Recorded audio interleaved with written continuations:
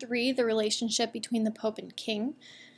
The questions are A, how did the Roman Catholic Church survive when barbarians invaded and took over the empire? B, what precedent was set when the Pope appointed Pepin the Short King? C, how did the Pope-King relationship become even closer once Charlemagne was made Holy Roman Emperor? I'm going to click over here. This is called Church History, a Biblical View. We're going to go down to section 2, Alliance of Church and Civil Power. The story of the growth of the Roman Catholic Church during the Middle Ages is one of increasing dependence upon and then assumption of civil power.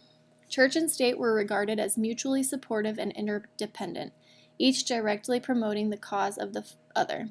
Civil rulers became involved in church affairs and church leaders in civil affairs until the nation of Western Europe became, for all practical purposes, one vast theocratic state. Roman Catholic popes eventually became the most powerful rulers in Europe. Never has the Roman Catholic Church been more powerful than it became during the Middle Ages.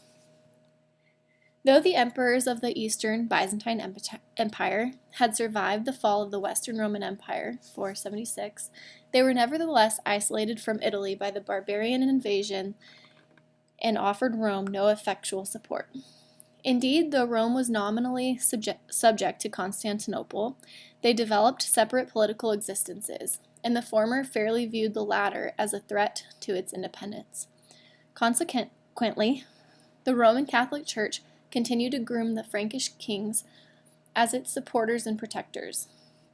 Of course, the Frankish king also profited greatly from this relationship.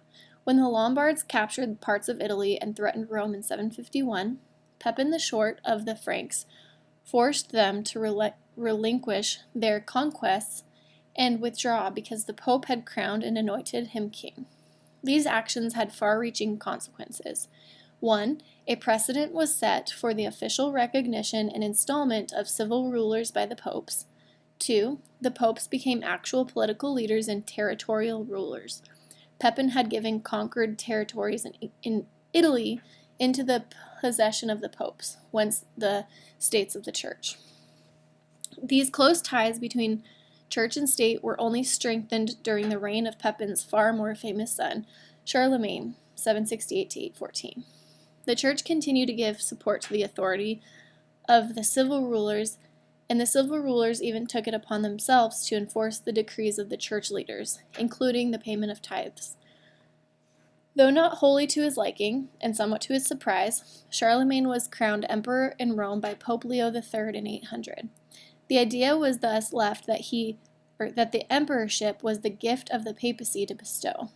As the Frankish Empire began to decline following the death of Charlemagne, the power and independence of the popes only increased. Their reach extended far beyond anything given to God's servants in the New Testament.